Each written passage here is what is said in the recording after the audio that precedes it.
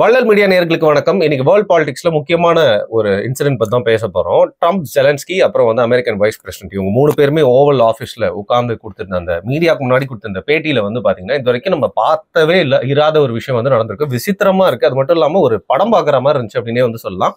அதை குறித்து தான் பாரி அவர்கிட்ட பேசி தெரிஞ்சுக்க போறோம். வணக்கம் பாரி. வணக்கம். அதாவது பிக் பிரதர்னு எல்லாம் சொல்லுவோம். அவங்க பாத்தீங்களா பிக் பிரதர் மென்டாலிட்டி மாதிரி காட்டிட்டாங்க. ஒருத்தரை கூப்பிட்டு அசிங்கப்படுத்தின மாதிரி இருந்தது. அவனும் ஏதோ ஸ்டூபிடா பேசிட்ட மாதிரி தான் இருந்தது. இருந்தாலும் பாத்தீங்கன்னா மீடியால இதெல்லாம் அந்த பர்சனாலிட்டி கேம்னு சொல்லுவாங்க. யார் எப்படி உட்கார்றா, யார் மேல எப்படி கை போடுறா, அந்த மாதிரி விஷயம்லாம் சொல்லுவாங்க. அது மூலமா ஆதிக்கத்தை காட்டி நாங்க தான் பெருசுன்னு காட்டுற மாதிரி இருக்கும். ஆனா இதுல ஓப்பனாவே அடிச்சுட்டாங்க. என்ன நடக்குது? ட்ரம்ப் வந்ததுக்கு அப்புறமா உக்ரைன் வார் விஷயத்துல ஏன் இப்படிப்பட்ட ஒரு முடிவை எடுக்கிறாங்க? புத்தின் கூட க்ளோஸா போறாருன்னு தெரியுது. இருந்தாலும் ஒரு நாட்டோட தலைவர் எப்படி அசிங்கப்படுத்தலாம்? அதாவது இப்ப நடக்கக்கூடிய விஷயத்த இந்த இடத்துல இருந்து மட்டும் பாத்தீங்கன்னா ஜெலன்ஸ்கி பாவமா நமக்கு ஃபீல் ஆகும். ட்ரம்ப் ரொம்ப அடமெண்டா செயல்படுறாரோங்கிற ஒரு பார்வை இந்த நிகழ்ச்சியை மட்டும் பாத்தீங்கன்னா உங்களுக்கு வரும். ஆனா இதுக்கு பின்னாடி இருக்கக்கூடிய அந்த வரலாறு விஷயம் இதெல்லாத்தையும் தெரிந்து வச்சு பார்த்தோம் அப்படின்னா இப்ப ட்ரம்ப் தான் உண்மையாகவே உலக அமைதிக்காக பேசிக்கிட்டு இருக்காருங்கிறது உங்களுக்கு தெரிய வரும். ஓகே, இந்த வாரம் ஸ்டாப் பண்ண, இந்த வாரம் இப்ப நிப்பாட்டணும்னா ட்ரம்ப் செய்யறது சரி. இந்த போரை நிப்பாட்ட வேண்டும், 3ஆம் உலக போரை தடுக்க வேண்டும் அப்படின்னா இப்ப ட்ரம்ப் செய்யற இந்த ஒரு காரியம் ரொம்ப சரியான ஒரு விஷயம். அப்ப அது என்ன அப்படிங்கறது தெரிஞ்சுக்கிறதுக்கு ஒரு பேசிக்கான ஒரு பேக் டிராப் ஸ்டோரி நமக்கு தெரியும். அதாவது என்ன அப்படின்னா உக்ரைன் மற்றும் ரஷ்யாவுடைய போர் என்பது இவங்க மெயின் ஸ்ட்ரீம் மீடியாவில் சொல்ற மாதிரி ரஷ்யா நிலத்தை அபகரிப்பதற்காக இந்த போர் நடப்பதாக போல உக்ரைனை ஆக்குபை பண்ணணும் ரஷ்யாவோட நோக்கமாக இருப்பதெல்லாம் கிடையாது.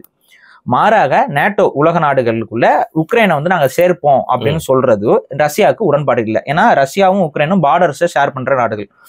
நேட்டோ ஆர்மி உள்ள வருது அப்படின்னா அதுல அமெரிக்க ஆர்மி இது எல்லாமே சேர்ந்து ரஷ்ய எல்லையில ஒரு பெரிய அச்சுறுத்தலை ஏற்படுத்துங்கிறது ரஷ்யாவுக்கு ஒரு உடன்பாடு இல்லாத ஒரு விஷயம். அதனால ரஷ்யா உக்ரைனுக்கு வச்ச விஷயம் என்னன்னா நீ நேட்டோல போய் சேரக்கூடாது அப்படிங்கிற ஒரு கட்டன்டேட்டான ஒரு வார்னிங்கை ரஷ்யா கொடுத்துக்கிட்டே இருந்தது. ஆனா உக்ரைன் அதை பொருட்படுத்தாம நான் நேட்டோவோட போய் சேரதான் போறேன், நீ என்ன உன்னால பண்ண முடியுமோ பண்ணிக்கோ அப்படின்னு சொல்லிட்டு இந்த நேட்டோவோட போய் சேர்றதுல ஒரு பண்ணிட்டு இருந்தாங்க. இதுல என்னன்னா நேட்டோவோட இவங்க சேர்த்துக்கவும் இல்லை உக்ரைனை. அதே சமயத்துல நேட்டோவோட ஆர்மியை கொண்டு உக்ரைன்ல கொண்டு இறக்கி ரஷ்யாவோட பிரச்சனை இந்த இப்படிலாம் நடந்துட்டு இருக்கு. இதுலதான் ரஷ்யா ஒரு லெவலுக்கு மேல இதுக்கு மேல போர்தான்னு சொல்லிட்டு சண்டை போட ஆரம்பிச்சது. அப்ப இந்த போர்ல ரஷ்யா ஆக்சுவலா வித்தின் ஒரு 3 or 4 days ஜெயிச்சிரும் அப்படிங்கிறது தான் ரொம்ப சுலபமான. ஆனா ரஷ்யாவால அதை செய்ய முடியல. ரீசன் என்ன அப்படின்னு பாத்தீங்கன்னா உக்ரைனுக்கு முழுக்க ஆயுத உதவியும் படைபலத்தையும் கொடுப்பதுக்கு ஐரோப்பிய யூனியன் ஒன்றியத்துடைய இராணுவமும் அதை விட மிக அதிகமான அமெரிக்க இராணுவமும் நேரடியாக களத்துக்குள்ள வந்துருச்சு. அமெரிக்க இராணுவம், அதுக்கப்புறம் ஐரோப்பிய இராணுவம், இது போக மெஷினரி இராணுவம், அதாவது காசுக்கு சண்டை போடுற சில ஏஜென்சிஸ். இந்த காசுக்கு சண்டை போடுற ஏஜென்சிஸும் அதான் அவங்களாம் என்னன்னா ரிட்டையர்டு அமெரிக்கன் சோல்ஜர்ஸா இருப்பாங்க. அவங்களாம் அமெரிக்கன் இதுல இருந்து போயிட்டு நான் இனிமே காசு கொடுத்தா நான் போய் உனக்காக சண்டை போடுவேன், நீ எனக்கு இத்தனை டாலர், எனக்கு ஒரு ஆளுக்கு பாத்தீங்கன்னா 1 lakh US $, அந்த மாதிரிலாம் ஒரு காசு இருக்கும். அந்த காசுக்கு நீ கொடு, எங்க டீம் உனக்காக போய் சண்டை போடும், உனக்கு ஏதாவது யாரையா கொல்லணுமா உள்ள போய் கொல்லிட்டு வருவோம், நீ எங்களுக்கான இந்த சேஃப்டி இதெல்லாத்தையும் பண்ணிக்கோ, அக்ரிமெண்ட் போட்டுக்கோ, உனக்காக நான் சண்டை போடுறேன்னு போட்டுக்கோன்னு சொல்லி இந்த மாதிரி ஒரு கூலிப்படைன்பாங்க. இந்த கூலிப்படைகளும் உலக அளவுல இருக்கு, நிறைய கூலிப்படைகள் இருக்கு. அந்த மாதிரியான கூலிப்படைகளையும் உக்ரைன் சோல்ஜர்ஸ் போலயே ட்ரெஸ்ஸிங் பண்ணிக்கிட்டுலாம் போர்க்களத்துல டைரக்டா இன்ஃபில்ட்ரேட் பண்ணி, அதாவது உக்ரைனுக்கு தெரியும் அவங்க கூலிப்படை அப்படின்ட்டு, ஆனா அவங்க அப்படிமே இன்ஃபில்ட்ரேட் பண்ணும்போது இப்ப கூலிப்படைக்குன்னு யூனிஃபார்ம்லாம் இல்ல, ஸோ அதை மாட்டிக்குவாங்கல்ல. அப்ப அவங்க உக்ரைன் ராணுவத்துடைய உடையை அணிஞ்சுக்கிட்டு அந்த கூலிப்படைகள்லாம் வந்தாங்க. இதெல்லாமே நிறைய மீடியாஸ்ல எல்லாம் இவங்கெல்லாம் யார் கூலிப்படையெல்லாம் அந்த ஐடென்டிஃபை பண்ணிலாம் போட்டோஸ் எல்லாம் ரிலீஸ். இப்போ இதெல்லாம் தான். அப்ப ஜெலன்ஸ்கியை பொறுத்த வரைக்கும் அவர் காமெடியன். அந்த காமெடியன் அவன் எப்படின்னா அந்த மக்கள் இன்னைக்கு நாசமா போறதுக்கு அடிப்படை காரணம் சினிமா மோகம் தான். அவன் ஒரு சினிமாக்காரன். அந்த சினிமால ஒரு காமெடி ஆக்டரா இருந்தவன் அவன் ஒரு பெரிய ஒரு சீரியஸ்ல நடிக்கிறான். அந்த சீரியஸே என்ன அப்படின்னு பாத்தீங்கன்னா ஒரு பிரசிடென்டா இருந்து காமெடி பண்ற கான்செப்ட்ல ஒரு சீரியஸ், ஒரு பிரசிடென்ட் ஆனா ஒரு காமெடியன். அந்த காமெடியன் அந்த மக்கள் மீது எப்படி அக்கறைப்பட்டு இப்படிங்கிற ஒரு சீரியஸ், இந்த சீரியஸ் மூலயமாவே மக்கள் மத்தியில பிரபலம் அடைஞ்சு அதுக்கப்புறம் அந்த நாட்டுடைய அதிகாரத்தையும் அவன் கைப்பற்றிட்டான், மக்கள் மத்தியில நட்பேறு பெற்று. இன்னைக்கு அப்படி வந்த அது மட்டும் இல்ல, அவங்க பின்னாடி நிறைய அந்த டீப் ஸ்டேட் அதாவது அமெரிக்காவோட டீப் ஸ்டேட்லாம் அவனுக்கு சப்போர்ட்டிவா இருந்துதான் அவனை கொண்டு வந்து அதிகாரத்துல பைடன் ஆட்சியில. பைடன் இல்ல, அவன் அந்த இது அதிகாரத்துக்கு வந்துட்டான் முன்னாடியே. அதுக்கப்புறம் பைடன் ஆட்சியை பொறுத்த வரைக்கும் அந்த டீப் ஸ்டேட்டுக்கு டைரக்டான கண்ட்ரோல் இருக்க ஆட்சி தான் பைடன் இதுக்கு முன்னாடி இருந்த அதிபருடைய ஆட்சி. அப்ப அந்த ஆள் என்ன பண்றான்னு பாத்தீங்கன்னா, முழுக்க முழுக்க ஜெலன்ஸ்கி நீ என்ன வேணாலும் பண்ணிக்கோ, அமெரிக்காவுடைய எல்லா ரிசோர்ஸ் எடுத்துக்கோ, போய் சண்டை போடு, இது பண்ண, நீ வந்து தளர்ந்துராத, உனக்கு பாதுகாப்பு கொடுப்போம், நான் அது கொடுப்போம், இது கொடுப்போம், சண்டை போட்டுக்கிட்டே இரு, வேர்ல்ட் ஸ்டாண்ட்ஸ் ஃபார் உக்ரைன் அப்படின்னு சொல்லிட்டு உலகம் முழுக்க வந்து ஒரு ப்ரொபகண்டாலாம் பண்ணி ரஷ்யாவை வந்து ரொம்ப ஈவிலா மாத்தி, இன்ஃபேக்ட் ரஷ்யாவை வந்து எப்படியாவது ஒரு அணுகுண்டை வந்து போட வச்சிடணும், ஒரு அணுகுண்ட ரஷ்யா போட்டுச்சுன்னா அதுக்கப்புறம் ரஷ்யா மீது நம்ம அணுகுண்டை போட்டு அணு ஆயுத போற தொடங்கிடலாம், அணு ஆயுத போற தொடங்கிட்டோம்னா ஆட்டோமேட்டிக்கா அது வந்து ஒரு வேர்ல்டு வார் ஈவெண்ட்ல போய் நிற்கும் அப்படின்னு சொல்லிட்டு பார்த்தாங்க. இதுல 2 நாடுகளுக்கு நடுவில் சண்டை நடக்குது. இதுல என்ன ஆகுதுன்னு பாத்தீங்கன்னா, அதிகமா வந்து அணு உலைகளை தாக்கியதும் அணு உலைகளை வந்து சேதப்படுத்தியதும் யாருன்னு பாத்தீங்கன்னா அமெரிக்க தரப்பு படைகள் தான். அதாவது உக்ரைன் தரப்பு படைகள் தான் ரஷ்யாவோட பார்டர்ல இருக்கக்கூடிய நிறைய அணு உலைகளையும், அதாவது அவங்களுக்கு எப்படியாவது ட்ரிகர் பண்ணி, இப்ப நீங்க வந்து நியூக்ளியர் ரியாக்டர் தாக்குறீங்கன்னா அதுக்கு பொருள் என்ன, அது ஒரு விதமான அணு ஆயுத தாக்குதல் தான். குண்டா நீங்க அணுகுண்ட போடாம நியூக்ளியர் ரியாக்டர் தாக்கும்போது அது வெடிக்கும். ஆனா பட் அது பெருசா வெடிக்கல. ஏன்னா அது இப்ப இன்னைக்கு இருக்க அணு ஆயுத இந்த கிடங்கெல்லாம் கொஞ்சம் பாதுகாப்புக்காகத்தான் கட்டிட்டு இருக்காங்க. அதனால அது தாக்குதலுக்கு உள்ளாயும் பெருசா பாதிப்பு இல்லாம அது தப்பிச்சுது. இருந்தாலும் அதுக்கு உடனே ரஷ்யா தரப்புல இருந்து எதிர்வினைகள் என்ன இருந்துச்சு பாத்தீங்கன்னா, அவங்களுடைய அணு ஆயுத போர்க்கப்பல்கள், அணு ஆயுத சப்மரைன்ஸ் எல்லாத்தையும் வந்து அவங்க மொபிலைஸ் பண்ண ஆரம்பிச்சாங்க, நகர்த்த ஆரம்பிச்சாங்க அவங்களுடைய ராணுவத்துல இருந்து. அதுக்கு பொருள் என்ன, நீங்க வேற போட்டினா உன் மேல அணுகுண்ட போட்டுருவேன் அப்படிங்கிறது தான் கான்செப்ட். அதுக்கு எந்த இதுக்கும் நாங்க தயாரா இருக்கிறோம் அப்படின்னு சொல்லிட்டு புட்டின் ஒரு படியெல்லாம் மேல போய், நான் உட்காந்துருக்க இடத்துல பட்டன் இருக்குது அப்படின்லாம் சொல்ல ஆரம்பிச்சாரு. ரெட் பட்டன் என்கிட்ட இருக்குது அப்படின்னு சொல்லிட்டு அவர் அதெல்லாம் காட்டிங் கூட வீடியோஸ்லாம் வந்திருக்கும், நீங்க பாத்திருப்பீங்க. எப்ப வேணாலும் அணு ஆயுதத்தை நாங்களும் பயன்படுத்த தயாரா தான் இருக்கோம், உலக அமைதிக்காக தான் நாங்க அதை பயன்படுத்தாம இருக்கோம்னு ரஷ்யா அவங்க ஸ்டாண்டா சொல்லிடுறாங்க. இதெல்லாம் எப்ப நடந்துட்டு இருக்குன்னு பாத்தீங்கன்னா, இந்த டீப் ஸ்டேட்டுடைய 3ஆம் உலக போர் எப்படியாவது தொடங்கிட்டோம் அப்படின்னா அதுக்கு அடுத்த அவங்களுடைய செயல் திட்டத்துக்குலாம் அது கரெக்டா இருக்கும். அப்ப அவங்க என்ன பண்றாங்க, இந்த 3ஆம் உலக போர் தொடங்குறதுக்கு இந்த கோமாளியாக இருக்கக்கூடிய ஜெலன்ஸ்கியை பயன்படுத்தி எல்லா ஆட்டம்லாம் காட்ட முடியுமோ அந்த ஆட்டத்தை காட்டி, அந்த ஆளுக்கு ஒன்னும் பெரிய வேணாம் இல்லை அவன், ஆனா அவன் ஆளை வந்து பெரிய அளவு பூஸ்ட் பண்ணி அவன் நாட்டுக்கு பற்றோட இருக்கிற மாதிரி அவனை பேட்டி எல்லாம் எடுக்க வச்சு இது பண்ணி அவன் அவன்லாம் உட்காந்து பேசி பேட்டி கொடுத்துக்கிட்டு இது பண்ணிட்டு அவனை வந்து பெரிய ஒரு ஹீரோ மாதிரி மாத்துறதுக்கு ட்ரை பண்ணி பண்ணாங்க. பட் ஆனா சோசியல் மீடியால அவன் அந்த எஃபர்ட் எதுவுமே ஒர்க் அவுட் ஆகல. மெயின் ஸ்ட்ரீம் மீடியால என்னதான் வந்து ஜெலன்ஸ்கியை தூக்கி வச்சு பேசினாலும் அவனோட உண்மையான கேரக்டர் வந்து சோசியல் மீடியால அம்பலப்பட்டுக்கிட்டே இருந்துச்சு. அப்பவே ஜெலன்ஸ்கி எல்லாரும் திட்டிட்டு தான் இருந்தாங்க. இப்ப இங்க என்ன நடக்குது அப்படின்னு பாத்தீங்கன்னா, இன்னைக்கு அமெரிக்கா அவங்களோட ஆட்சி மாற்றம் ஏற்பட்டுருச்சு. அந்த டீப் ஸ்டேட் பாலிடிக்ஸ்க்கு எதிராக பேசி கொண்டு இருக்கக்கூடிய நபர்கள் இன்னைக்கு அதிகாரத்துல வந்துட்டாங்க. ட்ரம்ப் இவங்க எல்லாமே, இந்த வைஸ் பிரசிடென்ட் எல்லாமே அந்த டீப் ஸ்டேட் பாலிடிக்ஸ்க்கு எதிராக இருக்கிறவங்க தான்.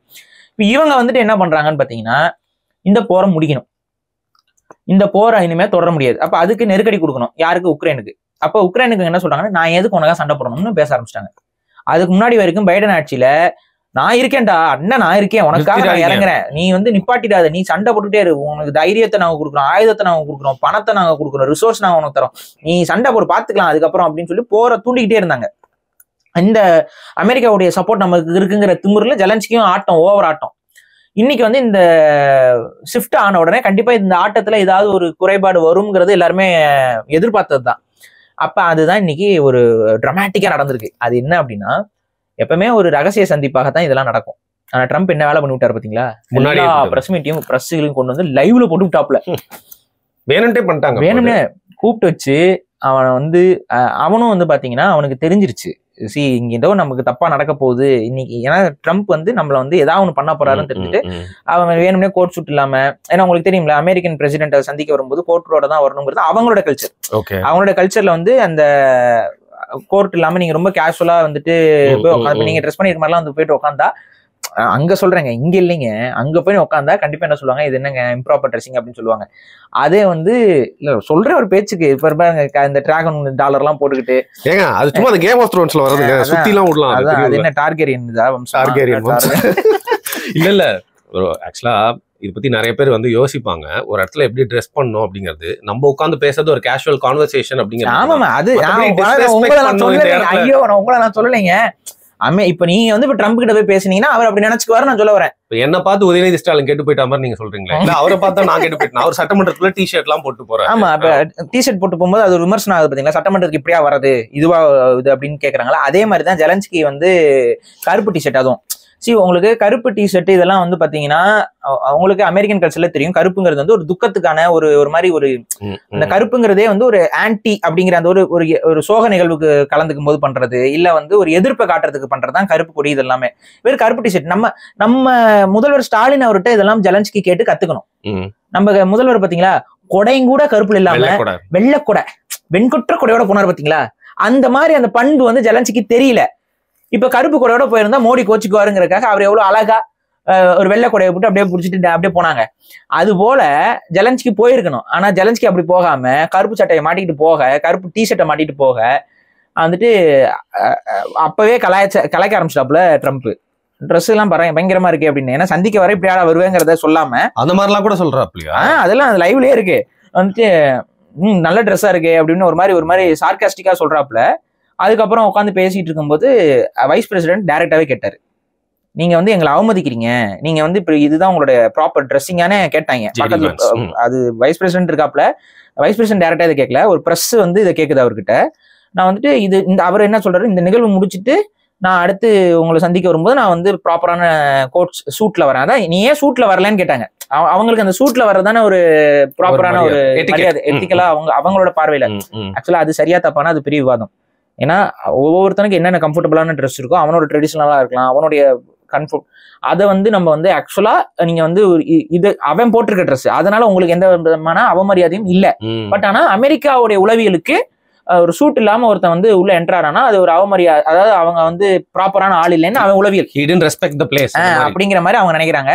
அது சரியா தப்பாங்கிறது தனிப்பட்ட விவாதம். ஆனா அவங்கள பொறுத்த வரைக்கும் அது அப்படிதான். அதனால அதை வந்து இன்னைக்கு அவங்க கிட்ட உதவி கேட்க தானே வர நீ, அப்ப நீ வந்து இப்படி எப்படி வரலாம் அப்படிங்கிறது அவங்களோட பாயிண்ட். அந்த பாயிண்ட்ல வந்துட்டு பிரஸ் கேட்கறங்க. அவர் அதுக்கு வந்துட்டு அவரே ஒத்துக்கிறாப்ல.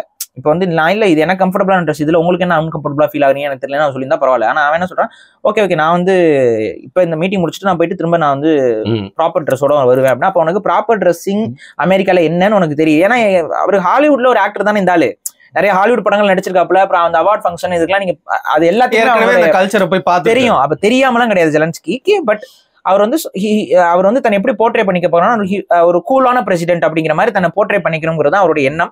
அந்த கூல்னஸை போட்டு உடச்சு சுக்குநூறாக்கி அனுப்பி விட்டுருக்காங்க இவங்க 2 பேர்லாம் 3 பேர் உட்காந்து. அப்ப என்ன ட்ரம்ப் வந்து பேசின துணி இருக்கு பாத்தீங்களா, அது வந்து யாருன்னா இப்ப யாராக்கிட்டயா நீங்க போய் உதவி கேட்டீங்க அப்படின்னா அவர் ஒரு நாட்டு பிரதமர், அவர் வந்து நம்ம கிட்ட உதவி கேட்கிறாருங்கிற துணியில இல்ல. மாறாக வந்து தம்பி இங்க பாரு இவ்வளவுதான் எங்களால பண்ண முடியும், இதுக்கு ஒத்துக்கிறியா இல்லையா, ஏதாவது ஒண்ணு தொடு அப்படிங்கிற ரேஞ்சுக்கு தான் பேசுறாப்ல. அந்த வே ஆஃப் டாக், அந்த உட்காந்துருக்க பொசிஷனு, இது எல்லாமே வந்துட்டு இங்க நாங்க சொல்றதை கேட்டு உன்னால இருக்க முடியும்னா இரு, ஓ நல்லதுக்கு தான் சொல்றோம் அப்படின்னு சொல்லி ஒரு பிக் பிரதர் மென்டாலிட்டியில தான் முழுக்க ஜெலன்ஸ்கி இது பண்ணாங்க. ஜெலன்ஸ்கிக்கு இது ஓரளவுக்கு தெரிஞ்சிருக்கு நம்மளை வச்சு செய்ய போறாங்க அப்படின்னு. ஆனா இந்த அளவுக்கு செய்வாங்கன்னு எதிர்பார்க்கல. என்னடா அது நமக்கு மரியாதையே கொடுக்காம பேசிக்கிட்டு இருக்கானுங்கன்ட்டு. ஆனா அவர் சைடு டிப்ளமசி ஓரளவுக்கு மெயின்டைன் பண்ணி பார்க்கணும். முடிஞ்சு பாக்குறாப்புல. அதுக்கப்புறம் டைரக்டா வார்த்தை தகராறு ஏற்படுது அவங்களுக்குள்ள.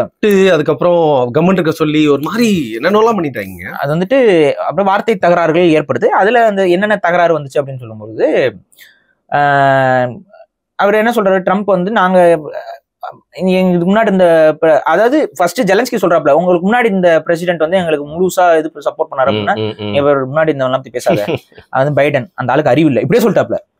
பைடன் அந்த ஆளுக்கு அறிவு கிடையாது, அந்த ஆள் பண்ண தப்புக்கெல்லாம் நாங்க இங்க வந்து புலப்பட்டு இருக்க முடியாது, இது எங்களுக்கு தேவையில்லாத செலவு. இதுல இதுக்கு முன்னாடி ஒரு நிகழ்வு நடந்துச்சு. எதுக்கு இந்த தேவையில்லாத செலவு அப்படின்னு சொல்றாங்க.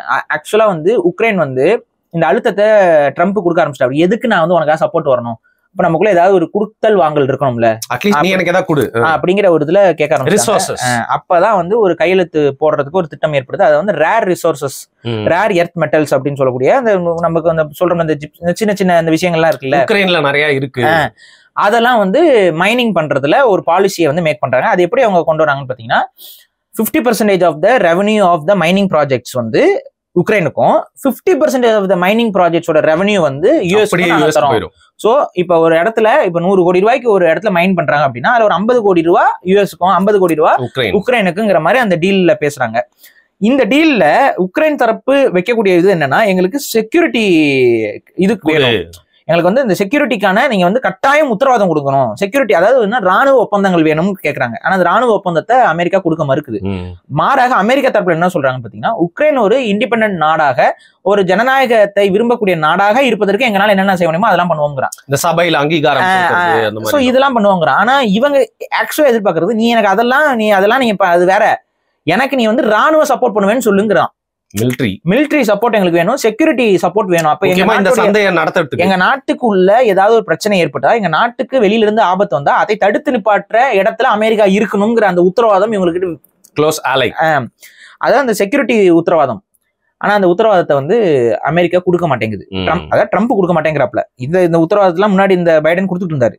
இவர் ட்ரம்ப் வந்து நான் கொடுக்க மாட்டோம், நீ காசு கொடு, இது பண்ணு, அதெல்லாம் பண்ணு, அது அந்த செலவுக்கு உன்னுடைய நாடு ஒரு சுதந்திர நாடாக இருப்பதற்கு நாங்கள் உதவி செய்யணும். நான் சொல்றதுதான் பண்ண முடியும், மத்தபடி நீ கொடுக்குற எந்த டிமாண்டுமே இதுல வந்து சுதந்திர நாடா இருக்கிறதுக்கு நாங்க இது பண்ணுவோம் அப்படின்னா, அமெரிக்காவுடைய பாயிண்ட் என்னன்னா, உனக்கு ஒரு பிரச்சனைனா நாங்க வந்து பேசறதுக்கு வரோம்.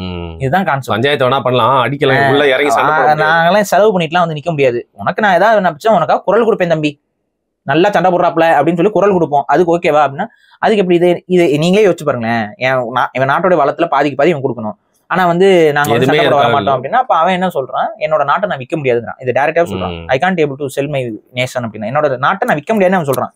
அது அந்த சைடு இருந்தா அது ஓகே, என்னோட நாட்டை இது விற்க. ஏன்னா இதுக்கு ஒத்துக்கிட்டாலும் ஜெலன்ஸ்கியை உள்ளூருக்கு அரணை போட்டு எந்த லாபமே இல்லாம என்னடா கையெழுத்து போட்டு. அப்ப நோக்கம் ட்ரம்ப்புக்கு என்னன்னா, இந்த ஒப்பந்தம் ஆகக்கூடாதுங்கிறது தான்.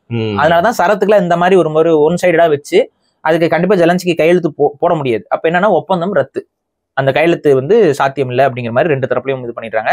அப்ப இவங்களுக்குள்ள ஏற்பட வேண்டிய ஒரு ஒப்பந்தமும் ரத்தாயிருது. அதுக்கப்புறம் ஒரு பேச்சுவார்த்தை நடக்குது. இந்த பேச்சுவார்த்தை தான் இப்ப இந்த சீட்டிங். இதையும் வந்து பாத்தீங்கன்னா பப்ளிக் பண்ணி எல்லா மீடியா உள்ள கொண்டு வர வச்சு ஜெலன்ஸ்கியை வெளிப்படையா கூப்பிட்டு வச்சு கலாச்சு வந்து அனுப்பிச்சிருக்காங்க. அதுல அந்த நடந்த சண்டேல வந்து பைடனையும் போட்டு பொலன்னு ட்ரம்ப் டைரக்டாவே பொழந்து விட்டாரு. அதுல ஒரு படி போயிட்டு ட்ரம்ப் என்ன சொல்லிட்டாரு, ஜெலன்ஸ்கி நீ ஒரு டிக்டேட்டர். ஆமா, அது வேற சொன்னாரு. ஏங்க சம்பந்தமே இல்ல, நீ ஒரு டிக்டேட்டர் மாதிரி செயல்பட்டு இருக்க, உன்னுடைய நாட்டு மக்களுடைய உயிரை நீ வச்சு விளையாண்டுகிட்டு இருக்க அப்படின்ட்டாப்ல. Gambling with world war 3. நீ வந்து 3ஆம் உலக போர் வச்சுக்கிட்டு கேம்பிள் பண்ணிட்டு இருக்க, உன்னுடைய நாட்டு மில்லியன்ஸ் ஆஃப் பீப்புளோடைய லைஃபை வந்து நீ வந்து ஒரு சூதாட்டத்துக்கு பயன்படுத்திக்கிட்டு இருக்க.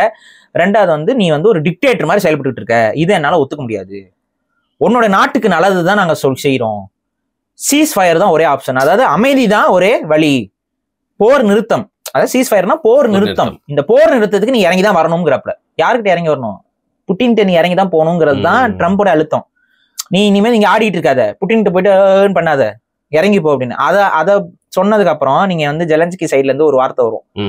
அதுல வந்து பாத்தீங்கன்னா அமெரிக்காவோட சப்போர்ட் இல்லாம உன்னால வந்து 2 வாரத்துக்கு மேல இந்த போர்ல சஸ்டெயின் ஆக முடியாது, இந்த போரை உன்னால நடத்த முடியாது அப்படிங்கறது வந்து ட்ரம்ப் ஒரு வார்த்தை சொல்லுவாரு. உடனே புட்டின் இது ஜெலன்ஸ்கி உள்ள பூந்து என்னமா சொல்லுவான், அதாவது இங்க பாருங்க இதே மாதிரிதான் புட்டினும் வந்து 3 நாள்லயே முடிச்சிருவேன்னு சொன்னாரு.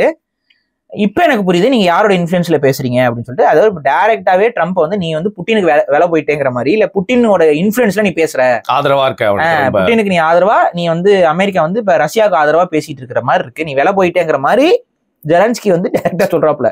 அப்ப இது என்னன்னா கிட்டத்தட்ட கொலை சண்டை. இது இவரையும் டைரக்டா இவர் என்ன சொல்றாரு, நீ வந்து ஒரு சர்வாதிகாரி மாதிரி செயல்படுற, நீ உன் மக்களுடைய உயிரை பத்தி நீ கவலைப்படுறது இல்ல, அமைதி பேச்சுவார்த்தைக்கு நீ இறங்கி வர மாட்டேங்கிற, போர் நிறுத்தத்துக்கு நீ இது உடந்தையா இருக்க மாட்டேங்கிற அப்படிங்கிற டைரக்டான குற்றச்சாட்டுகளை ட்ரம்ப் வைக்க, நீ வந்து புட்டினுக்கு வேலை பார்க்குற, புட்டினுக்கு ஆதரவா நீ பேசிக்கிட்டு இருக்க, புட்டின் சொன்னதே நீயும் சொல்ற. அப்ப இவங்களுக்குள்ள இந்த டைரக்டான ஒரு சண்டைங்கிறது ஏற்பட்டுருச்சு. இதுல இந்த சண்டை வந்து பேச்சுவார்த்தை போயிட்டு இருக்கிறப்பயே வைஸ் பிரசிடென்ட்டும் உள்ள பூந்து ஜெலன்ஸ்கியை போட்டு அடின்னு அடிக்கிறாப்ல. அப்பதான் வந்து இந்த இதெல்லாம் நடக்குது.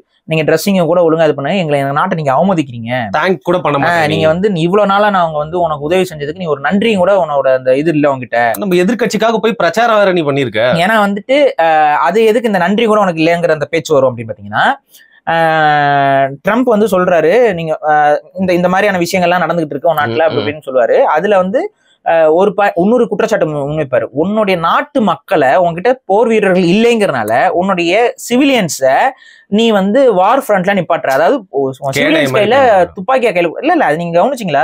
வயசானவங்க அவங்க கிட்ட எல்லாம் நீ வெப்பன்ஸை கொடுத்துட்டு நீ வந்து மக்களை வந்து இதுல போடுற அப்படின்னா அப்படிலாம் நடக்கவே இல்லை. நீங்க எதை பார்த்துட்டு சொல்றீங்கன்னா, தம்பி நாங்க எல்லா மீடியாவும் பார்த்துட்டு தான்ப்பா பேசுறோம்னு வைஸ் பிரசிடென்ட் உள்ள வந்து சொல்றாரு.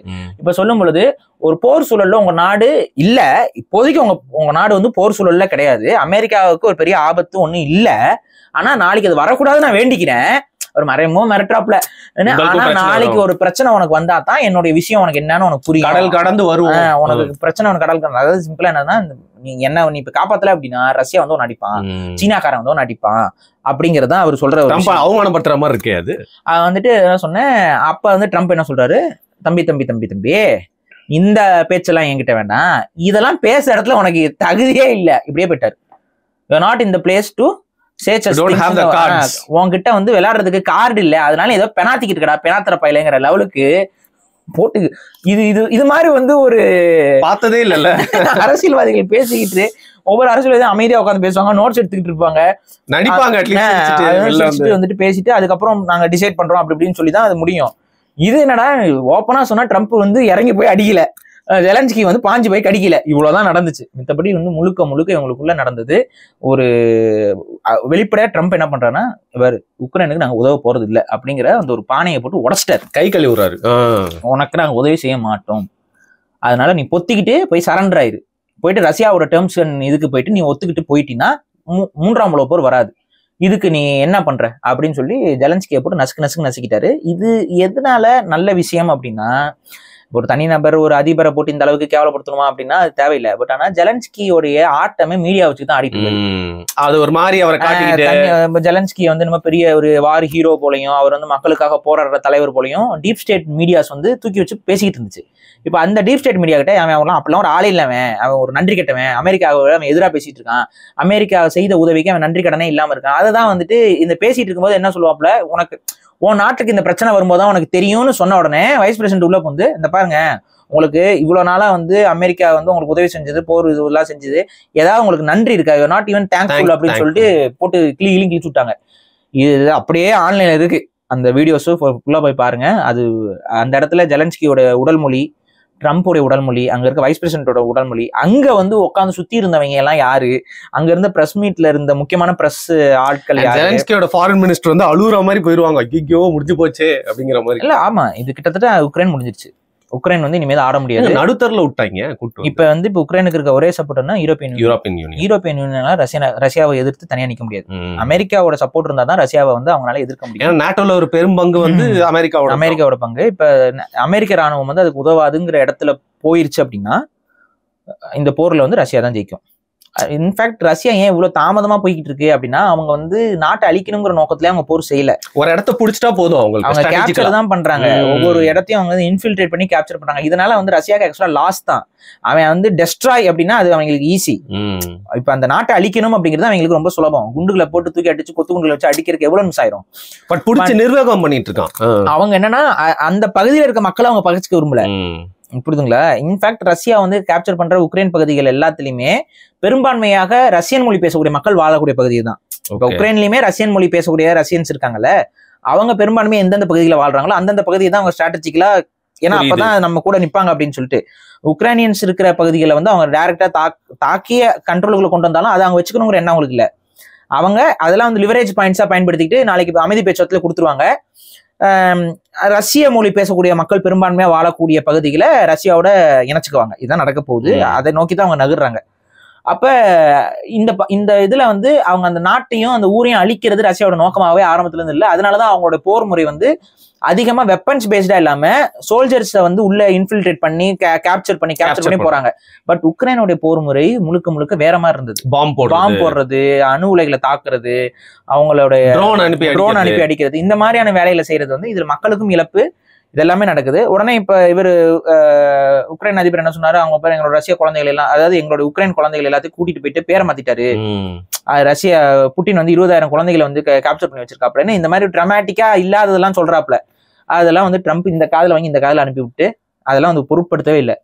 இன்ஃபேக்ட் ட்ரம்ப் வந்து புட்டினை பத்தியே பேசல, மாறாக உனக்கு நான் சப்போர்ட் இல்லை, உன்னால என்ன புடுங்க முடியுமோ போய் புடுங்க தனியா அப்படிங்கிற மாதிரியான ஒரு ஸ்டேட்மெண்ட்டை ரொம்ப ஆப்வியஸா எல்லா மக்களும் பாக்குற மாதிரி லைவ்ல போட்டு வெளுன்னு வெளுத்து இன்னைக்கு இதை விட்டுட்டாங்க. இது வந்து ஆக்சுவலா உலக அமைதிக்கான ஒரு முதல் ஸ்டெப். அதாவது இந்த வார் பொறுத்த வரைக்கும் அமெரிக்கா வந்து தன்னுடைய ராணுவத்தை பின்வாங்க வைக்கிறது அப்படிங்கிறதே இந்த போரை வந்து நிறுத்திடும். ஏன்னா ரஷ்யாவுக்கு எதிராக உக்ரைனால நிற்க முடியாது. கண்டிப்பா ரஷ்யாவுக்கு கீழே உக்ரைன் சரண்டர் ஆகி தான் தீரணும். யூரோப்பியன் யூனியன் வந்து இப்ப யூரோப்பியன் யூனியன்ல இன்னும் டீப் ஸ்டேட் பாலிடிக்ஸ் ரொம்ப ஸ்ட்ராங்கா இருக்கு. அமெரிக்கா தான் அந்த டீப் ஸ்டேட் பாலிடிக்ஸ்ல இருந்து கொஞ்சமா வெளியில வர பாக்குறாங்க. பட் யூரோப்பியன் யூனியன்ல டீப் ஸ்டேட் பாலிடிக்ஸ் அப்படிதான் இருக்கு. இப்ப அந்த குரூப் வந்து இப்ப என்ன பண்ணுவோம்னு பாத்தீங்கன்னா வேற மாதிரி ரொம்ப டார்ச்சர் பண்ணி ரஷ்யாவை வந்து ரொம்ப அக்ரஸிவா ஆக்குறதுக்கு வழிகளை பண்ணலாம். மேபி ரஷ்யா மீதான அணுகுண்டு தாக்குதலையோ இதுவையோ அந்த யூரோப்பியன் யூனியன் செய்யலாம். ஓகே, அப்படி யூரோப்பியன் யூனியன் செஞ்சுது அப்படின்னா கண்டிப்பா போர் சூழல் ரொம்ப நெருங்கிடும். ஆனா அமெரிக்காவும் அவங்களுக்கு ஒரு பெரிய ஆலை. இன்னைக்கும் பாத்தீங்கன்னா அமெரிக்கா கிட்ட இருந்து நிறைய உதவிகள் வாங்கி தான் வந்து நாட்டோ இல்ல யூரோப்பியன் யூனியன் எல்லாம் வந்து ஓடிட்டு இருக்கு. அப்படி இருக்கிறப்போ வந்து எப்படி வந்து அமெரிக்கா டைரக்டா வந்து ஜெலன்ஸ்கி எப்படி சொல்லிட்டோன்னே அந்த பகச்சுக்கு விரும்பாம எப்படி தொடர்ந்து ஜெலன்ஸ்கிக்கு வந்து பேக்கப் பண்றாங்க அந்த யூரோப்பியன் யூனியன் அப்படின்னு தான் வந்து கேக்குது. இல்ல இப்ப அவங்கள இப்ப பாருங்க, இப்ப ட்ரம்ப் வரக்கூடாதுங்கிறதுல ரொம்ப தெளிவா இருந்தாங்க எல்லாருமே. ஆனா ட்ரம்ப் அதிக சப்போர்ட்ல வந்தாச்சு. இப்ப என்ன பிரச்சனை அப்படின்னா ட்ரம்ப் இருக்க வரைக்கும் அடுத்த 5 வருஷத்துக்கு இதுதான் நடக்க போகுது. இந்த கூத்துல வந்து யூரோப்பியன் யூனியன் இப்ப வந்து கண்டிப்பா உக்ரைனுக்கு சப்போர்ட்டா தான் இருக்கும். அதில் மாற போறது இல்ல. பட் யூரோப்னால காப்பாற்ற முடியாது. உக்ரைனை பெரிய அளவு சப்போர்ட் பண்ணிலாம் காப்பாற்ற முடியாது. ரஷ்யா வந்து அப்பர் ஹேண்ட் எடுத்துரும். ஸோ இப்போ அந்த அப்பர் ஹேண்ட் எடுக்குது அப்படின்னாவே போரை வந்து நிப்பாட்டி தான் ஆகணும். இந்த இடத்துக்கு வரும். நீங்க கேட்கறது வந்து ஏன் அமெரிக்காவை பகைச்சிருக்கு? அமெரிக்காவுக்கும் யூரோப்புக்கும் பகையாகாது. ஏன்னா ஃபார் சிம்பிள் எக்ஸாம்பிள், இப்போ ஒரு நண்பருக்கு நீங்க உதவ போறீங்க, இன்னொரு நண்பனும் உதவ வரான். இப்படிதான் இருக்கு இந்த சிச்சுவேஷன். ஒரு நம்பர் இப்ப போதுண்டா உனக்கு உதவி செய்ய முடியலான்னு போயிட்டானா இன்னொருத்தர்கிட்ட ஹெல்ப் அதிகமா இருக்கும். இப்ப அதிகமா ஹெல்ப் பண்ணும்போது யூரோப்புக்கு என்ன ஆகும்? வெயிட் அதிகமா இருக்கும். அப்ப அந்த லாஸ் அதிகமா இருக்கும். அப்பயும் யூரோப் வந்து உக்ரைனுக்கு சப்போர்ட்டா நிக்குதா நிக்கலையாங்கிறது அது யூரோப்போடைய தலையெழுத்து இல்லங்க. இப்ப இந்த ட்ரம்ப் சொன்ன அதே விஷயம் தான். எங்களுக்கு எங்க கண்ட்ரிக்கு பக்கத்துல ஒரு பெரிய ஓஷன் இருக்கு. ஓஷன் தாண்டி தானே. ஆனா யூரோப் அப்படி அதை பார்க்க முடியாதுல்ல. ஏன்னா ரஷ்யா வந்து உக்ரைனை இன்ஃபில்ட்ரேட் பண்ணா அடுத்த கண்ட்ரி வந்து இதுக்கு ரொம்ப வல்னரபிளா இருக்காங்க. அவங்க பார்வை வேற மாதிரி, அவங்களோட பார்வை வேற. இப்ப அமெரிக்கா சொல்றதே ஒண்ணு, உன் கண்டத்துல நடக்கிற பிரச்சனை என் தலையில என்ன கட்டுறேங்கிற மாதிரி இப்ப அமெரிக்கா பேச ஆரம்பிச்சிச்சு. புரியுதுங்களா? அவங்களுக்கு வேணும்னா பாருங்க, அவங்களே வந்து மூக்கையும் வச்சுப்பாங்க. அவங்களுக்கு தேவைன்னா வெளியில போய்க்குவாங்க. ஆனா ட்ரம்ப் பொறுத்த வரைக்கும் அப்படி மூக்கம் நுழைக்கிற ஆள் இல்ல. நீங்க உங்களுக்கே தெரியும், ட்ரம்ப் போன வாட்டி ரஷ்யா புதின் கூட ஃப்ரெண்ட்லியா போனாரு. பங்களாதேஷ் இந்த பிரச்சனையிலுமே வந்து பாத்தீங்கன்னா யுஎஸ் அந்த அமெரிக்கன் ஃபண்டிங்ஸ் வந்து பங்களாதேஷோட கவர்மெண்ட்டை கலைக்கிறதுக்கு பயன்படுத்திருக்கு. இந்தியாவுக்கு எதிராக அதை தூண்டி விடுறதுக்கு இந்த வேலையை பார்த்துருக்காங்கிற அந்த ஒரு விஷயத்தை, முன்னாள் ஆட்சியில நடந்த அந்த குற்றத்தை ட்ரம்ப்போட கவர்மெண்ட் தான் வந்து போட்டு உடைக்குது. இது இவங்க பண்ணது தப்பு, ஆக்சுவலா அது பண்ணிருக்க கூடாது அப்படின்னு தானே சொல்றாங்க. அது என்ன, அமெரிக்காவோட ஃபண்ட்ஸ் தானே அதுல வந்திருக்கு. அப்ப யுஎஸ்ஐட் ஃபண்ட்ஸ் அங்க உள்ள வந்திருக்கு அப்படின்னா அது வந்து இவங்க பண்ணது ரொம்ப பெரிய தப்புன்னு சொல்லி ட்ரம்பே அதை கண்டிக்கிறாரு. அது குற்றம்ங்கிறாரு, பின்வாங்குறாங்க. அப்ப என்னன்னா அந்த பழைய ப்ரொசீஜர்ஸ் வந்து இனிமேல் இருக்காதுங்கிறத அவர் வந்து எஸ்டாப்ளிஷ் பண்ண ட்ரை பண்றாரு. அப்ப நாங்க போய் அடுத்த நாட்டுல மூக்கையும் நுழைக்க மாட்டோம், அடுத்த நாட்டோட வளங்களையும் நாங்க சுரண்ட விரும்பல, அட் த சேம் டைம் நாங்க தேவையில்லாம எங்க தலையும் கொடுக்க விரும்பல அப்படிங்கிற அந்த ஒரு விஷயத்துல அமெரிக்கா நிக்குது. ஓகே, இவரோட போன ஆட்சியில நீங்க கவனிச்சிருப்பீங்க 2 விஷயம். எப்பவுமே புத்தினை பத்தி பிரைஸ் பண்ணி பேசுறது, புத்தின் கூட ஒரு ஃப்ரெண்ட்ஷிப் வச்சுக்கிறது, மீட்டிங் பண்ணது. அதோட இன்னும் உச்சத்துக்கு போய் வந்து பாத்தீங்கன்னா வந்து கிம் ஜாங் உன் அவர் வந்து சந்திச்சிருப்பாரு. 2 பேருமே வந்து நார்த் கொரியா அதெல்லாம் ஒரு மாதிரி ஒரு காமெடியாவும் இருக்கும். ஆனா அவர் பண்றதெல்லாம் வந்து பாத்தீங்கன்னா வந்து ஏதோ ஒரு அனெக்ஷர், இந்த பகையெல்லாம் வேற மாதிரி மாத்தணும்னு ட்ரை பண்ற ஆள் மாதிரி தெரியுது. ஆமா, அப்படிதான் போயிட்டு இருக்கு. ஓகே, முடிஞ்ச வரைக்கும் இந்த சண்டைகள் வந்து தேவையில்லாம நம்மள பின்னுக்கு தள்ளிரும் அப்படிங்கிறது தான் அவருடைய பார்வையா இருக்கு. இதன் மூலமாக உலக அமைதி திரும்பினால் நல்லதே. ஏன்னா உலகம் அமைதியாக இருக்கக்கூடாது, ஒரு பெரும் போர் வரணும். அந்த போரின் மூலமாக உலகத்தை அழிவு பாதைக்குள்ள கொண்டு போய் அதற்கு பின்னாடி ஒன் வேர்ல்ட் கவர்மெண்ட்டை கொண்டு வரணுங்கிறது அந்த டீப் ஸ்டேட் பாலிடிக்ஸ் உடைய மைண்ட் செட். அதுக்கு எதிராக இருக்காப்ல ட்ரம்ப். இப்போ இதுல இன்னொரு விஷயம் கேட்க தோணுது. ஒரு போன மாசம் வந்து பாத்தீங்கன்னா வந்து நிறைய தலைவர்கள் வந்து அமெரிக்கால போயிருந்தாங்க. அதுல வந்து ஏஐ மாநாடு நடந்துச்சு அப்படின்னு நினைக்கிறேன். அப்போ ட்ரம்ப் வந்து எல்லாருமே வெளியில வந்து அந்த ஒயிட் ஹவுஸ்ல வந்து வரவேற்றுட்டு போனாரு. ஏன்னா இந்த நேரத்துல இதை கேட்கலன்னா வேற எப்பவுமே கேட்க முடியாது. சோ அவங்களுக்கு தெரியும் டிப்ளமேட்டிக்கா ஒருத்தர் எப்படி அசிங்கப்படுத்தணும், டைரக்டா அசிங்கப்படுத்தாமலும் எப்படி அசிங்கப்படுத்தலாம் அப்படிங்கறதுலாம் வந்து தெரியும். அப்படி இருக்கிறப்போ பிரதமர் மோடி அவர்களை வந்து ட்ரம்ப் வந்து வரவேற்கல, ஏதோ ஒரு டெலிகேட் தான் வந்து வரவேற்றாங்க. சோ அதுவே வந்து ஒரு பாத்தீங்கன்னா நம்ம எவ்வளவு பெரிய ஒரு கண்ட்ரி, அது வந்து ஒரு அவமானமான விஷயமா தான் வந்து பார்க்கப்பட்டது. அண்ட் ஒரே இடத்துல வந்து பிரஸ் மீட்ல நின்று இருக்காங்க, இங்க ட்ரம்ப்பும் இங்க மோடி. அதானியை குறித்த கேள்வி வந்து பிரஸ்ல இருந்து வருது. அதற்கு மோடி வந்து ரொம்ப வீக்கா இருக்காரு. அந்த இடத்துல எப்படி தெரியுதுன்னா சிரிச்சுட்டே வந்து ட்ரம்ப் பாக்குறாரு. அந்த கேள்விக்கு வந்து பதில் ட்ரம்ப் சொல்றாரு. கரெக்டா ஹேண்டில் பண்றாரு மோடி இந்த சிச்சுவேஷன், அதாவது கம்முன்னு இருக்காரு, கரெக்டா கம்முன்னு இருக்காருன்ற மாதிரி. அதுவும் அந்த மாதிரி வந்து பாத்தீங்கன்னா இந்தியாவும் ஒரு நிறைய ட்ரீட்டியை சைன் பண்ணிட்டு வந்திருக்கு. அந்த அக்ரிமெண்ட்ஸும் ரொம்ப பேடான அக்ரிமெண்ட்ஸ், இந்தியாவுக்கு லாஸ் அப்படின்னு சொல்றாங்க. அந்த வகையில பார்த்தா நம்மள வந்து ஒரு வீக்கான ஒரு இடமா தான் பாக்குறாங்களே. ஏன்னா கை விலங்கு போட்டு நிறைய பேரை டீபோர்ட் பண்ணாங்க, அதை பத்தியும் நம்மளால எதுவும் கேட்க முடியல. சோ இதை நீங்க எப்படி பாக்குறீங்க? இது என்ன அப்படின்னு பாத்தீங்கன்னா, இந்தியாவுக்கும் அமெரிக்காவுக்கும் இருக்கக்கூடிய அந்த உறவு முறைங்கிறது இப்ப கொஞ்சம் கேள்விக்குறியாகிற சிமைக்கைகள் தெரியுது. பட் ஆனா அது ஒர்ஸ்ட் ஆகல. சில விஷயங்கள்ல வந்து ட்ரம்ப்புடைய நடைமுறை எப்படி இருக்கும்னு உங்களுக்கு தெரியும். ஏன்னா அமெரிக்காவுக்கு அந்த பைடனுடைய ஆட்சியிலையும் இதுலயும் வந்து பாத்தீங்கன்னா இந்தியா வந்து ஆக்சுவலா ரொம்ப சப்மிசிவா போச்சு அமெரிக்கா. நீங்க அமெரிக்கா என்ன சொன்னாலும் அதை கேட்கறதா இருக்கணும், வேர்ல்டு ஹெல்த் ஆர்கனைசேஷன் எதை சொன்னாலும் கேட்கறதா இருக்கட்டும், இந்த கரோனா லாக்டவுன் இதுல எல்லாம் வந்து பாத்தீங்கன்னா இந்தியா வந்து கிட்டத்தட்ட அமெரிக்கா என்ன சொன்னாலும் தலையாற்ற ஒரு இடத்துல தான் இருந்தாங்க. சரிங்க அப்படிங்கிற மாதிரி. அதுக்கு பொருள் என்னன்னா, டீப் ஸ்டேட் பாலிடிக்ஸ்ல அங்க இன்ஃபில்ட்ரேட் எப்படி அங்க டீப் ஸ்டேட் வந்து கையோங்கி ஆட்சி செய்தோ, அதே போல டீப் ஸ்டேட் இந்தியாவுக்குள்ளேயும் கையோங்கி ஆட்சி செய்துங்கிறது அதுக்கு புரியுது. அப்ப இன்னும் அந்த டீப் ஸ்டேட் இந்தியாவுக்குள்ளேயும் அப்படிதான் இருக்கும். ஸோ அந்த டீப் ஸ்டேட்டுக்கு எதிராக இப்ப ட்ரம்ப் செயல்படுறாருங்கும் பொழுது அந்த ஒரு ரிலேஷன் வந்து இப்ப பாதிப்புகளா தான் இருக்கும். இப்ப என்னன்னா, இந்த டீப் ஸ்டேட்டோட இன்ஃபுளுன்ஸ்ல இன்னும் இந்தியா இருக்கா இல்லையாங்கிறது வந்து இந்தியா தான் வெளிப்படுத்திக்கணும். நாங்க வந்து உங்களோட நாடு இல்ல. பட் ஆனா எனக்கு தெரிஞ்சது ரொம்ப ஒஸ்ட் ஆகாதுன்னு தான் தோணுதுன்னு வைங்களேன். ஏன்னா பெரிய அளவு வந்து டிபெண்டன்சிங்கிறது வந்து ரெண்டு பேருக்குமே இருக்கு. இந்தியாவுடைய மார்க்கெட்டு அமெரிக்காவுக்கும் தேவை, அமெரிக்காவுடைய பொருளாதார சப்போர்ட் வந்து இந்தியாவுக்கும் தேவை. ஸோ இந்த இதுல வந்து இந்தியா வந்து அமெரிக்கா பெருசா பகச்சுக்காது. அது இல்லாம இந்தியாவுடைய ஸ்டாண்ட் எப்பவுமே, அதுவும் பிஜேபி கவர்மெண்டோட ஸ்டாண்ட் உங்களுக்கு நல்லாவே தெரியுது. உலக பிரச்சனையில நாங்க தலையிடலைங்கிற கான்செப்ட்ல தான் இருக்கிறாங்க இப்போ வரைக்கும். எங்க நாட்டு பிரச்சனையே அதிகமா இருக்கு, நாங்க உலக பிரச்சனையில தலையிடலை. ஸோ இந்த இதுல வந்து பெரிய அளவு உங்களுக்குள்ள கான்ட்ரவர்சி வராது. பட் அவங்களுக்குள்ள சில கொடுத்தல் வாங்கல் இஷ்யூஸ் வந்து கண்டிப்பா இருக்கும். போன ஆட்சி காலகட்டத்தில் நடந்த சில விஷயங்கள் மூலமா அதோடைய விஷயங்கள் இருக்கதான் செய்யும். பார்ப்போம் அது மாறுதான். ஓகே, சோ கடைசியா ஒரு விஷயம், ஏன்னா அதுக்கு முன்னாடியும் ட்ரம்ப்பும் மோடியும் நல்லாவே ஒரு ரெபுடேஷன்ல தான் இருந்தாங்க. அதுக்கப்புறம் ட்ரம்ப்போடைய ஆட்சியில இந்த ரெபுடேஷன் கொஞ்சம் குறைஞ்சது மாதிரி ஒரு ஃபீல் இருக்கு. இல்ல இது எதாச்சியா நடந்த மாதிரி உங்களுக்கு தெரியல, எல்லாமே வந்து எல்லாத்துக்கு முன்னாடியே ஒரு விஷயம் இருக்கும். அது அந்த ஒரு வைப் தப்பா இருக்குன்னா நம்ம புரிஞ்சுக்கணும். கூப்பிட வரல அப்படிங்கும்போது அது ஏன்னா மோடியும் ட்ரம்ப்பும் ஒரே மேடையில பகிர்ந்துட்டாங்க. ட்ரம்ப் வந்து இந்தியாவுக்கு மோடி கவர்மெண்ட் இருக்கப்பதான் தான் வந்தாப்ல. அப்பெல்லாம் உட்காந்து மேடையில பேசிக்கிட்டு இது பண்ணிட்டு இருந்தாங்க. அப்ப அந்த ஒரு இது வந்து கொஞ்சம் குறையுதா அப்படிங்கிற ஒரு கேள்வி வந்து உலக மத்தியிலே அது டிபேட் ஆச்சு அந்த டைம்ல. பட் அது குறையுது அப்படின்னா அது யாருடைய தப்பு? அது வந்து நம்ம கவர்மெண்ட் வந்து இன்னும் கொஞ்சம் டிப்ளமேசி வந்து ரொம்ப ஸ்ட்ராங்கா இருக்கணும் அப்படிங்கறத நம்ம சொல்றோம். ஓகே, கடைசியா ஒரு விஷயம், அதிகமா இதை பத்தி வேர்ல்ட் பாலிடிக்ஸ் பேசுறப்போ ஒரு கண்ட்ரியோட பேர் வந்துரும். இன்னும் ஏன் வந்து உங்க வாயில இருந்து வரல அப்படின்னு தான் எனக்கு இருந்துச்சு. இஸ்ரேலுக்கு இந்த கான்ஃபிளிக்ட்ல எந்த அளவுக்கு வந்து ஒரு தொடர்பு இருக்கு, இதுல அவங்களுக்கு ஏதாவது ஒரு லாப நோக்கம் இருக்கா? அது மட்டும் இல்லாம ட்ரம்ப்போட நிறைய அவர் பிரசிடென்ட் ஆனதுல நீங்க கேள்விப்பட்டிருப்பீங்க, காசாவை வந்து நான் வேற மாதிரி மாத்த போறேன், காசாவை வந்து கைப்பற்றி அங்க வந்து நிறைய பில்டிங்ஸ் கட்ட போறேன், நிறைய பேர் போய் வாழ வைக்க போறேன் சொல்லிட்டு இருக்காரு. சோ இது வந்து உங்களோட யோசனைக்கு எப்பயா வந்துச்சா இந்த விஷயத்தை பத்தி? இஸ்ரேல் பாலஸ்தீன் விஷயத்துல வந்து இன்னும் ட்ரம்ப்புடைய முடிவுகள் வந்து கிளியரா இல்ல. ட்ரம்ப் வந்து அது ஒரு மாதிரி மியூச்சுவல் பெனிஃபிட் அப்படிங்கிற கான்செப்ட்ல ரெண்டு நாட்டுக்கு நான் சமாதானப்படுறேன் அப்படின்னு போயிட்டு இருக்காப்ல. ஆனா ஜெனோசைடை வந்து அவர் அங்கீகரிக்கலங்கிற மாதிரி தான் தெரியுது. ஓகே, ஜெனோசைடை வந்து அதாவது பாலஸ்தீன் மக்களுக்கு அங்க வந்து வாழ்றதுக்கான உரிமை உண்டுங்கிறத ட்ரம்ப் வந்து மறுக்கல. அது இல்லாமல் காசாவை வந்து திரும்ப வந்து அங்கிருந்து விரட்டி விடப்பட்டவங்க எல்லாத்தையும் கூப்பிட்டு வச்சு அவங்க வந்து அகதிகளா போயிருக்காங்களா அவங்களெல்லாம் வர வச்சு திரும்ப அதை டெவலப் பண்றதுக்கான ஃபண்டிங்ஸ் வந்து அமெரிக்கா வந்து கொடுக்கும் அப்படிங்கிறனா அதுக்கு மீனிங் என்னன்னா, இந்த காசா வந்து பாலஸ்தீனுக்கான ஒரு இதா திரும்ப அது வந்து இது பண்ணணும் அமெரிக்கா அப்படிங்கறதான் பொருள். ஓகே, பட் ஆனா இன்னைக்கு இஸ்ரேல டைரக்டா ட்ரம்ப் பகைக்கிற இடத்துக்கு இன்னும் வரலன்னு தான் தோணுது. அந்த கலாமிட்டிக்குள்ள இன்னும் வரல, போகல, அதுக்குள்ள போகல.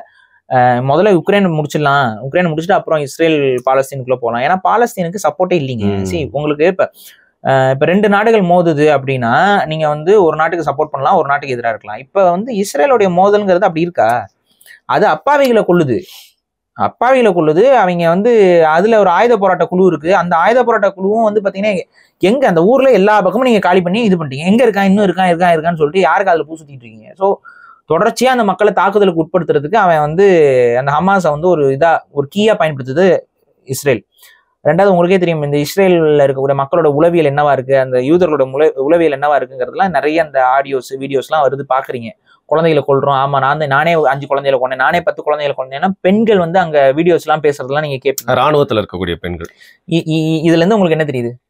இஸ்ரேல் வந்து ரொம்ப மோசமான நாடுங்கிறது தெரியுது. அமெரிக்காவை பொறுத்த வரைக்கும் இஸ்ரேலுக்கு பயப்படுறாங்க. இஸ்ரேல வந்து இப்ப டைரக்டா போய் சொரிஞ்சா ட்ரம்ப்புக்கே வேற மாதிரி பிரச்சனைகள் வரும். ஏன்னா அவங்க வந்து டைரக்டா அடிக்கிற ஆளுகளே இல்ல, அவன் வேற மாதிரி அடிக்கிற ஆளு. அப்ப முடிஞ்ச வரைக்கும் அதை வந்து டைரக்டா உள்ள இன்வால்வ் ஆக மாட்டாங்க. மாறாக அந்த டைரக்டா பாலஸ்தீன் சப்போர்ட்டுங்கிறதுக்கு வர மாட்டாங்க. ஆனா உலக நாடுகள் அந்த இடத்த தான் அடையணும். அதுதான் ஒரு நியாயமான ஒரு விஷயம். பாலஸ்தீனை வந்து அங்கீகரிக்கணும். பாலஸ்தீனத்திற்கு அந்த நாட்டு எல்லைகளை வந்து வரையறுத்து அந்த நாட்டுக்குள்ள நீ போய் சண்டை போடக்கூடாதுன்னு சொல்லணும். அது தீவிரவாதம்ங்கிறத கடந்து பாலஸ்தீன் இருக்கட்டும், இஸ்ரேல் இன்னைக்கு உருவாயிருச்சு, நீ அதை அழிக்கிறது போறதுங்கிறதுலாம் அது வந்து ஃபார்ஃபெட்ச்டு ஐடியாஸா மாறிட்டு இருக்கு. ஆனா பாலஸ்தீன்கிற நாட்டை வந்து இழந்துடக்கூடாது இல்ல மக்கள். அந்த பாலஸ்தீன்கிற நாடு இருக்கு, அதுக்குன்னு ஒரு எல்லை இருக்கு. அந்த எல்லைகளுக்குள்ள பேசி இது பண்ணி யூதர்கள் இல்லாத பகுதிகள் எல்லாம் பாலஸ்தீனாக மாத்தி அவங்கள மறுவாழ்வுக்கு கொண்டு வரணும். ஏன்னா வளமான பகுதி எல்லாத்தையுமே அந்த யூத பயலுக கேப்சர் பண்ணி போயிட்டு இருக்காங்க. அந்த மக்களை அங்கிருந்து பாலஸ்தீன மக்களை அங்கிருந்து விரட்டிக்கிட்டு இருக்கானுங்க. அப்ப இந்த இதெல்லாம் வந்து கொஞ்சம் ரீஅசம்பிள் பண்ணி பண்ண வேண்டிய வேலை இருக்கு. அதுக்கு எல்லா நாடுகளும் சேர்ந்தா தான் செய்ய முடியும்.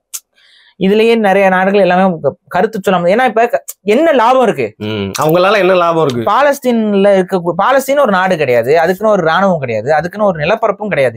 இப்ப யாருக்கு எதனால ஆதரவு அப்படிங்கிற மாதிரி போயிடுச்சு. மக்கள் மட்டும் தான் இருக்காங்க. அந்த மக்களுக்கு எவ்வளவு பேர் இருக்காங்க? ரொம்ப அதிகமா இல்ல எப்படி வாழ்றாங்கன்னே தெரியல. அந்த நிலப்பகுதியை பார்த்தா ரொம்ப வாழல இல்லைங்க, செத்துட்டு தான் இருக்காங்க. அதுதான் உண்மை. நம்ம பேசிட்டு இருக்க நேரத்துல கூட அங்க கொலைகள் நடந்துட்டு தான் இருக்கு. இப்படிதான் போய்கிட்டு இருக்கு. அங்க ரொம்ப வருத்தமான ஒரு சிச்சுவேஷன் தான். ஆனா உலக மக்கள் அமைதி காத்துட்டு இருக்கிறோம். அதுதான் அது. ஆனா இந்த அமைதிகளுக்கான பாவத்தை வந்து நம்ம சமைப்போம். பாலஸ்தீன்ல மக்கள் கொல்லப்படும் பொழுது இங்க அமைதி காக்குறாங்களே உலகம் முழுக்க, அந்த அமைதிக்கான பாவத்தை நாம் எல்லாருமே சுமக்கதான் போகிறோம். அதுல மாற்றுக்கிறது இல்லை எனக்கு. அதான் நடக்க போகுது. ஓகே, இன்னொரு ஒரு பெரிய சப்ஜெக்ட் தனியா பேசுவோம். இந்த எலான் மஸ்க் வந்து ஆவுனா உள்ள ஒயிட் ஹவுஸ்ல இருந்து உட்கார்ந்துக்கிறான். எப்ப பார்த்தாலும் கேபினெட் மீட்டிங்லாம் நின்னுட்டாங்க. நம்ம முழுமையா நம்பக்கூடிய ஒரு ஆள் கிடையாது. அதனாலதான் அது ஒரு பெரிய சப்ஜெக்ட். அவனோட பேக்ரவுண்ட், அவனோட அம்மா யாரு, அவனோட அப்பா யாரு, அவங்க என்னென்ன பண்ணாங்க, அவங்களுடைய வாழ்வியல் என்ன மாதிரி, இன்னைக்கு எலான் மஸ்க் தன்னை வந்து எப்படி காட்டிக்கிறாப்புல அது அப்படியே கான்ட்ராஸ்டா இருக்கும். அவங்க அம்மாவோட வாழ்வியலுக்கு எதிராக இருக்கும். சோ இப்ப இதெல்லாம் நம்ம ஒரு நாள் பேசுவோம். எலான் மஸ்க் ஏன்னா குழந்தைய கூட்டு வந்து ஒயிட் ஹவுஸ்ல டைப்பர் மாத்திட்டு இருக்காங்க. அவன் எல்லாம் மீறி போயிட்டு இருக்கான். எனிவே, வேர்ல்ட் பாலிடிக்ஸ் ரொம்ப நாள் ஆச்சு பேசி, இது தவிர்க்கவே முடியாது, கடந்து போக முடியாதுன்றதுனால இதை பத்தி உங்ககிட்ட வந்து கேட்டேன். மிக்க நன்றி பாரி. நன்றி.